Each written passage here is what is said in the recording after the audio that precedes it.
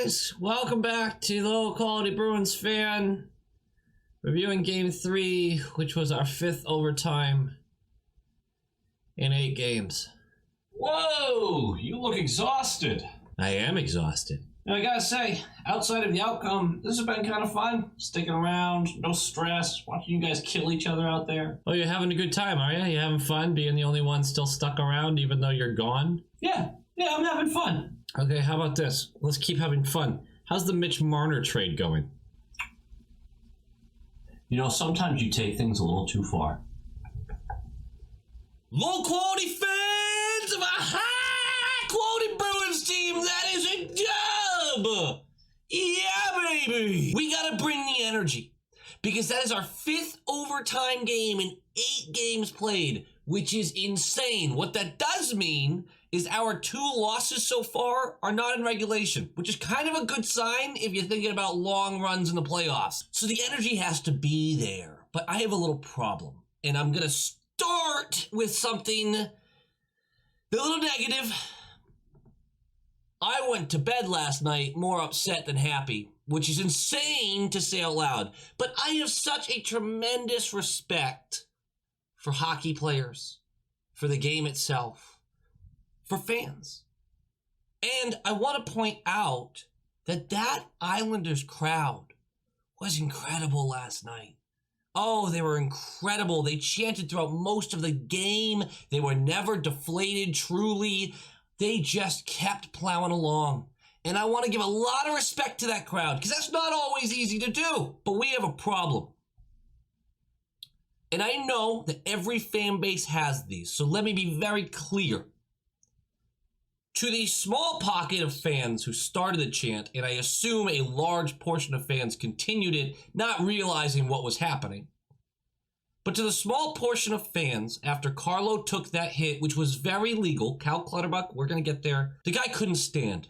He was stumbling, clearly concussed in my book. Like, I know what that looks like. I have been part of that. That has happened to me. To the small pocket of fans that decided that the timing of Carlo going down and the play being stopped because of it was a good moment to chant Boston sucks and start booing, you are mouth-breathing scum. You offer nothing to this game. I mean, how else can I put it? You're a Neanderthal. You're a moron. You are a piece of shit, as low as shit can go. What the fuck is wrong with you? And if you were at that game, and if you are one of them and you're watching this channel, reevaluate some shit, asshole. That being said, that's a dub. Let's get to some of the good stuff. That was an insane game. And like I said, that crowd was amazing throughout. I could not believe how consistent they were with the chants, with the screaming. They were chanting asshole at Marchand, which you know just makes him play better, guys. You know it does. Just a brilliant, brilliant atmosphere. Rask was on point all night. Varlamov was on point all night. This game was true playoff hockey, where there was not space. You were not allowed to do anything without taking a hit. And the refs, for the most part, put the whistles away. 5th overtime in 8 games, though, is really taking its toll, man. I worry about this team moving forward. I worry about the fan base. Like, how are you guys doing? Your heart's still pumping at a normal rate? Because I feel like mine is just trying to adjust after every game night. They're trying to go back to normal. Rask is in net, of course. Kuhlman is now out of the lineup. DeBrusque goes back to the 3rd because Smith is back, which was a difference maker. Varlamov will continue to just frustrate us from the Islanders side of things. What are they feeding that guy? Seriously, what is making him so elite against us? And I thought he was good all year when he was healthy, but then the Pens just completely obliterate him. And again, I don't think he was fully healthy for that series. But damn, man, can we get Sorokin back? Maybe the Islanders will overreact to an overtime goal that, yes, you could get mad at Varlamov for, but also, what are you supposed to do with that shot? Maybe they'll overreact to that and put Sorokin in and watch that happen and Sorokin shuts us out next game. Oh, man. On the defensive end, we have a little bit of tough news here. Because Cliffy and Lauzon remain the 3rd pairing, Miller did not travel with the team, meaning he will not be available for Game 4 regardless. We might not have Carlo for Game 4. and we're staring down a bottom three. You got Cliffy on the right with Riley, Tenorti on the left, Lauzon on the right. I don't know about that. But we'll get there when we get there. I will say that the Islanders really got a taste of their own medicine on this one, because we may have outshot them 41-29, and there were scoring chances that kind of skewed toward us, and there's a lot of advanced analytics that are going either way. I'm giving the edge to the Islanders in this one. I think they outplayed us, and I think they deserve the win in this game. How could you not with a crowd like that behind you? My God, seriously. But they lost, and they lost because of some timely goaltending, and I don't want to call it a lucky shot, but it's not a lucky shot. Puck drops. In the first 5 minutes, we have 9 errant passes. 9 turnovers in the first 5 minutes, and I think only 2 were forced, as by my count. 2 games in a row now. That it's not even we started slow. The legs were there, but just dishing the puck has become a problem. 6 minutes in, and can you believe none of us watched a lot of Taylor Hall in Buffalo. We didn't, right? We watched him in the games we played against them, but we did not watch a lot of them. I don't think so, at least. I honestly haven't watched a lot of Taylor Hall the past couple of years, but I knew what everyone was saying, that he's locker room cancer. He doesn't show enough effort on the ice. He just wants to be on the highlight reel. Do you know what we've gotten from Taylor Hall, especially in the playoffs? We have gotten a back-checking fiend. A Selke nominate-worthy player. Like, this guy is starting so many offensive possessions for us by back-checking, stealing the puck, whipping it up. 6 minutes in, Taylor Hall back-checking on Matthew Barzal. You might have heard of him. Takes the puck clean from him. Comes up from behind, takes from him in the neutral zone. Feeds the puck back to Grizz, and Grizz, you know, head up. He's going to push it quickly. After Hall feeds it to Grizz, Grizz is going to take all the space afforded to him. Now, this is actually going to be a theme throughout this game, and I think it's something I should have had more of my eyes on in the entire series, because we did see a lot of it against the Caps. McAvoy and Grzelcyk, Riley as well, Riley's been getting better with each game, they will take all that space. They can beat one player in the neutral zone and get into the offensive zone, and that's what Grizz does, and he feeds it to a Taylor Hall on the right side who has stayed with him the whole way. And Hall sees Smith in the slot, and Smith has just enough space. Just enough. It's a bullet of a pass. And Smith, it is kind of a knuckler because the thing's wobbling through the air, but Smith gets enough on it, fires it high glove. That is 1-0, 6 minutes in. And for a lot of this game, you kind of went, maybe that's all we need? The Isles immediately respond. They are pushing, and the third pair allows Bevelier to get behind them for a breakaway, but Rask makes the exact save we needed in overtime in game 2. It's mid-blocker. He just shrugs it off. We're going to continue with the 1-goal lead. Now the Isles are going to continue pushing, but this team's getting real physical. And we're about 10 minutes in, and there are no penalties called, so you are really going to assume that we're going to take a stupid one, like something dumb is about to happen. But before we get there, look at this picture. Do you know the defenseman you don't worry about in this situation? Charlie McAvoy knocks the puck down as they try to get the pass across and just sends it right back up. God, we don't talk about him enough. I mean, we do on social media, but at this channel, it's just the expectations are so high. We just don't talk about him enough. But he's a fucking beauty. Oh, I mentioned 10 minutes in, no penalties, 11 minutes in. How about Marchand and Zajac behind the play? Zajac's giving Marshy some shrugs. Marshy's giving it back. And then he high sticks him. It's another neck hook. It is another neck hook. It's behind the play. It's right in front of a referee. They're going to call that 10 out of 10 times. And they should. Stupid penalty. We kill it. The period will end 1-0, but it's a really unique kind of setup for me as I'm trying to analyze what just happened. There have not actually been many real scoring chances outside of the Bevelier breakaway. Even Smith's goal, you kind of look at it and go, more often than not, that's not going in. The evenness of this period comes from 2 things. The goaltending has shown up when needed for the most part. Our top 2 lines, now remember, they're getting second change. They're home. Our top 2 lines, still dominant. Smith back on that second. I'm telling you, man, it's just a world changer. No offense to DeBrusque, but Smith fits with those guys so well. Those first two lines were mostly against the first and the fourth lines for the Islanders. Two lines that you would really expect to have more of a bite. The fourth, particularly, being that identity line. Here's the difference. The Islanders' second and third lines are caving in our third and fourth, particularly our third.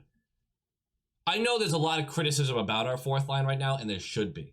But I was really surprised at the first half of this game, watching DeBrusque and Ritchie just get smoked, and Coyle trying to make anything happen. And when Coyle has the puck in the offensive zone, like, I watch him, and I've seen moments where he's on the ice with Taylor Hall, and I just go, what a duo that would be. Now, of course, you want Krejci over Coyle there. But Coyle can hold that puck and cycle so well and keep others off the puck, and Hall is always flying around the zone. If Krejci does walk, I do think Coyle has a big year as our second-line center next year if Hall stays.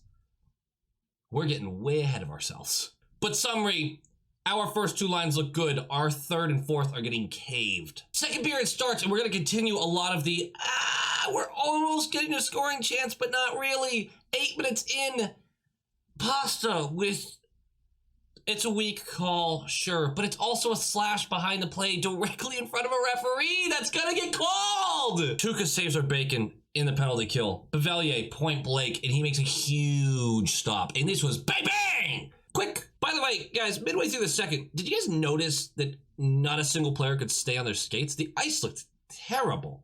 And I don't know what the weather's like in Long Island. I know Boston's getting hit with a heat wave over the next couple days, so you gotta assume the ice isn't gonna be great back at home either, but oof. The Bees are finally gonna turn it on about midway through the second. We're gonna start getting a few chances. In 5 minutes left, Krejci is gonna have an across the slot pass come to him. He has Varley dead to rights, but he gets that left pad out, man. Right pad out, man.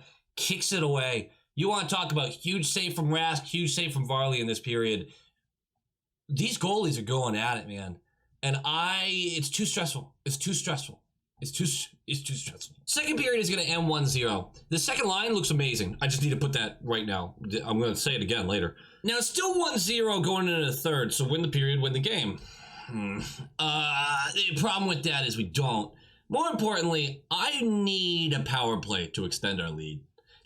I'm begging for one at this point. And again, the referees have been very consistent about we're not calling stuff, guys. Okay, we're going to keep going. A minute 40 in, and Green high sticks Coyle. It's pretty blatant right in front of the net. You got to call it. It's the first call we've seen that's actually been part of the play. We're going to the power play. No dice. Varlamov made 5 saves on the penalty kill. 5. 6:15 in, and Carlo takes the hit. We're not going to go back over the fan thing. We're not doing it. This is a bummer. It was not an illegal hit. Clutterbuck hits hard. He always finishes his checks. This is not him trying to injure Carlo. It was not a headshot. It was strong body contact and a little bit of whiplash that sent Carlo's head into the boards. The glass, I should say. He falls. The worst part was watching him stumble trying to get up, land on his knees, and just shake his head because he knows, man. After the game, Carlo told Bruce Cassidy, according to Cassidy's interviews, I feel good. If there's even a chance that this guy has a concussion, he can't play game 4.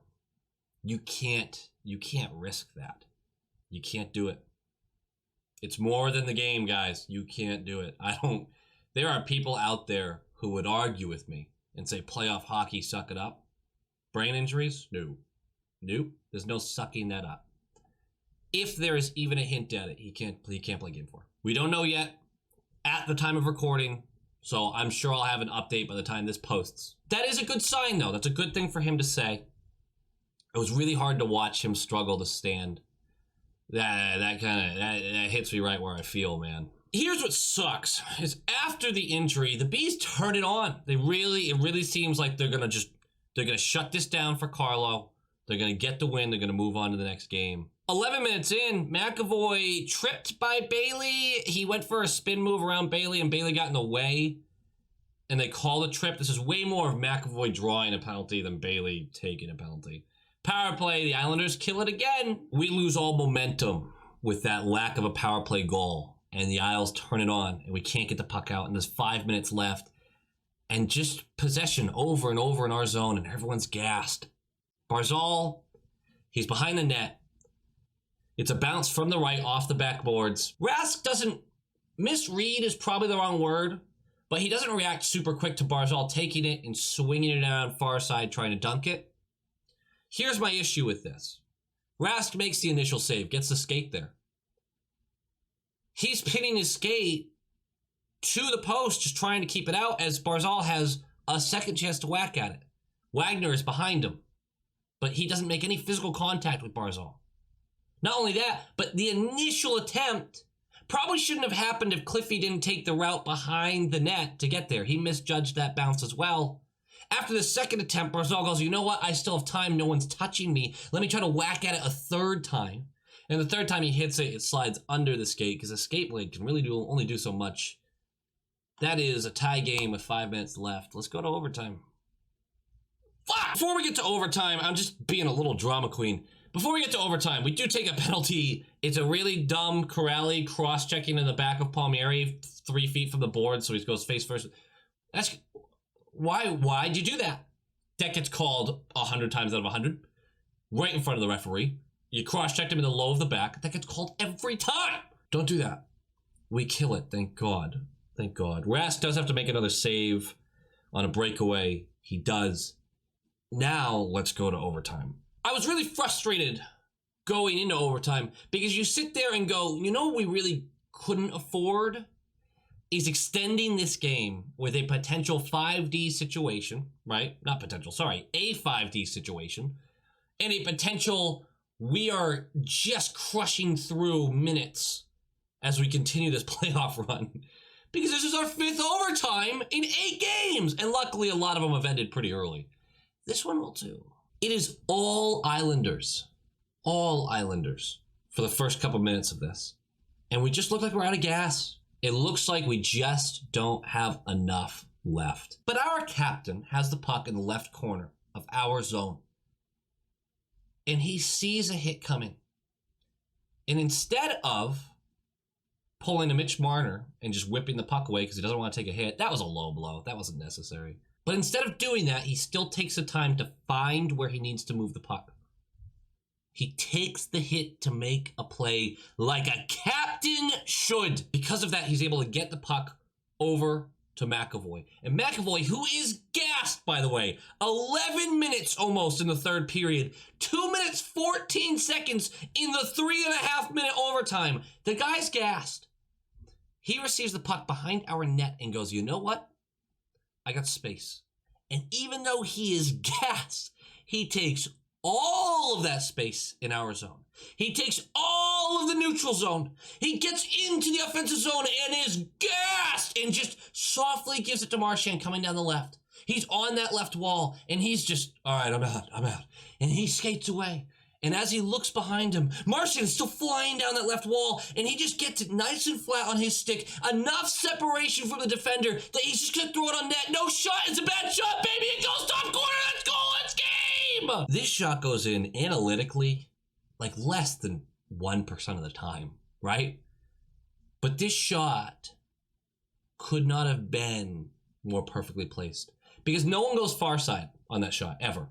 So Varley immediately closes up short side when he sees he's shooting and realizes very quickly, oh wait, but not quickly enough. It's going far side. And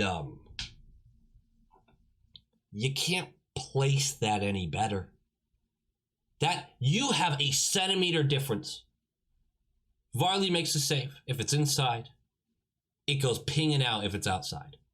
That is a star player doing star player shit.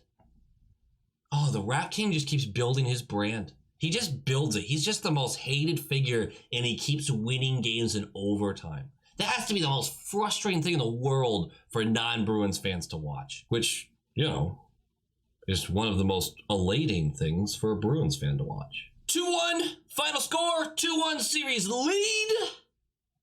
Game notes. If Carlo is out for an extended amount of time, that means Tenorti is getting a lot of play time. That means Cliffy is getting more play time. That means Lauzon is getting more play time. Not super worried about the Cliffy thing. He did make a mistake tonight that might have cost us a goal, but look, I, who have been so often bashing Cliffy in the regular season, have no reason to bash him in the playoffs. That would just be, that's a personal vendetta at that point. Why would I have that against one of our players? Lauzon and Tenorti have been less than impressive. Lauzon did have a good bounce back game this game, but a lot of offensive plays end on their sticks, and that's frustrating. The playoffs are no longer about only keeping the puck out of the net. You have to be able to make the pass out, which is why Carlo's so impressive, is because he's so good at the shutdown role, but especially when working with Riley, he's able to make the one pass that allows the rest of the play to continue. He doesn't force the ice like McAvoy or Grizz do, but he's still responsible with the puck. If he's missing extended time, then we start to go back to that early slump in the season where our defensive core is dropping off left and right. I mean, we started to lose games. There's a real concern there. Miller won't be available till at the soonest Game 5. You really hope Carlo's not going to miss a lot of time, but he has to do what's best for his health on this one, because head stuff, man, not funny. Nothing to joke about. Rask, as well as Varlamov, let's give the guy credit. Incredible display of composure. Even after he lets in that late goal, he survives a penalty kill. He survives several chances early in overtime. Just an incredible performance from him. Our top two lines, brilliant all throughout the game. Didn't have the bounces. Third line, getting caved in. Just bad. And there's moments still. Like I said, Coyle I don't think has been that bad. DeBrusque has been okay. Richie has been non-existent for the most part. Our fourth line is just getting crushed for the most part. And when they're offsetting, I don't mind it so much. But when they're giving up scoring chances, it's a different situation. And I can't, Wagner and Corrali, I still like Lazar. Wagner and Corrali have just been bad. I don't know. You can't sugarcoat it. Put Kuhlman back in. God, is Senyshyn healthy? I've been trying to find if there's a report on that, because I kind of like to see Lazar, Senny, and Kuhlman. A lot of credit to McAvoy in this game. A lot of credit to Riley in this game, who's been getting better, like I mentioned, every single game. He's quietly making high IQ plays. I like what he's doing. The biggest point to take from this game is sometimes you need a star player to do a star play. And that's what Marchand did. Because even though we have more scoring depth than we've had for a long time, this is a team that will go as far as the Bergeron line will take them. Especially if you want to talk about our top six. The Bergeron line, McAvoy, Grizz, Tuukka. If that setup stays dominant, we're competitive. That's it. We can skate with anybody with those guys on the ice. This series is not over, but getting home ice advantage back, huge. All right, guys, that does it for me. Like, comment, subscribe. Please. And thank you. Go Bees!